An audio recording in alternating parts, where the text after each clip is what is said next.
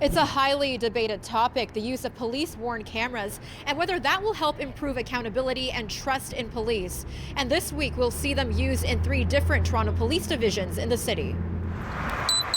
11, 22, and 52 divisions all rolling out body-worn cameras this week. We're trying to achieve a situation where practically every interaction, barring very few specific situations where there's privacy concerns. So other than that, every interaction will be captured by these cameras.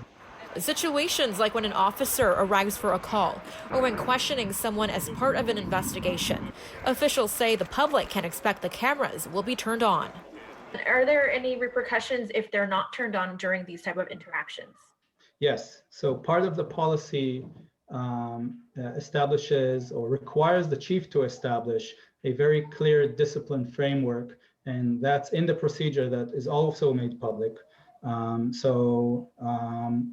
can't speak to the details of the procedure right now, but there is a specific discipline framework that tells the officers in advance that should they be found to fail to follow the procedures as they are developed, they will have clear repercussions. Our men and women on the road will actually be using the cameras once. Those procedures discussed in a webinar hosted by Toronto Police tonight, where the public was able to ask questions specifically related to the use of body cams. How will the body-worn cameras enhance police trust between primarily the Black communities and the police? I think the body-worn camera will provide a transparency to those interactions. That trust comes from relationships, in my opinion. It comes from our men and women properly engaging with the community in a mature and articulate fashion. The consultation and rollout comes after months of protests over anti-Black racism and criticism over police-involved deaths of Black and brown people in the GTA and across North America. Toronto Police have invested $34 million for about 2,300 cameras, which will be rolled out by next fall. An investment many have been critical of after numerous months-long calls to defund the police. I mean, those are the catchphrases, right? Improvement in accountability, enhancing transparency, but there's no evidence to, even in a lot of US jurisdictions, there's no evidence to suggest that cameras are going to guarantee that.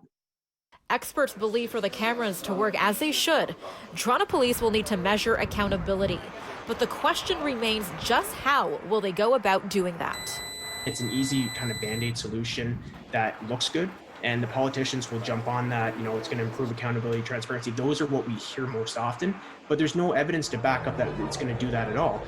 In a lot of US jurisdictions, there's been clear cases of body camera evidence showing that an officer violated a policy that's gone to court, and there's been hung juries, no convictions. So, how are we measuring accountability in that sense? Because you have those clear pieces of evidence that turn out to not be as clear when it goes through that court process. If you weren't able to tune into the webinar tonight, you can do so tomorrow morning between 10 a.m. and noon. The details can be found at the Toronto Police website. Melissa Nakhavoly, City News.